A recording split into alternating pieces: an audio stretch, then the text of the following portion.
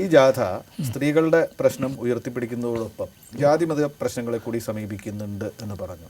ജാതിയും മതവും ഇപ്പോൾ അതിന് സമൂഹത്തിലുള്ള ഒരു പങ്കാളിത്തം, അതിൽ എന്തെങ്കിലും പ്രശ്നം ഉണ്ട് എന്ന് സംഘം കരുതുന്നുണ്ടോ?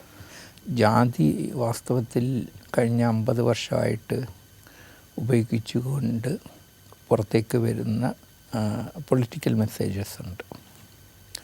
പണ്ട് അത് പറഞ്ഞൊരു പൊളിറ്റിക്കൽ മെസ്സേജ് ഉപയോഗിച്ചിരുന്നില്ല. ഒരു മൊത്തമായ ഒരു സമൂഹത്തെയായിരുന്നു കണ്ടിരുന്നത്. അപ്പോൾ അവിടെ അത് ഒരു കാലത്ത് അതിൽ നിന്ന് വളരെ വ്യത്യസ്തമായിട്ട് മാറിയെങ്കിലും ഇന്ന് അത് തിരിഞ്ഞു വരുന്ന വിധം ജാതി ഉപയോഗിച്ചുകൊണ്ടുള്ള രാഷ്ട്രീയ പ്രയോഗങ്ങൾ വർദ്ധിച്ചിരിക്കുന്നു. അത് ഒരു അലാമിങ് സിറ്റുവേഷനാണ്.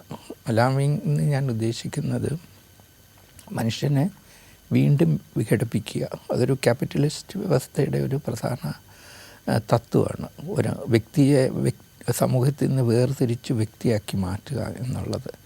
അപ്പോൾ അതിൽ ഏറ്റവും കൂടുതൽ പ്രായോഗികമായ ഒരു അറ്റ്മോസ്ഫിയർ ഉണ്ട് കേരളത്തിന്. കാരണം ഏറ്റവും വലിയ കൺസ്യൂമർ സൊസൈറ്റിയാണ് നമ്മൾ.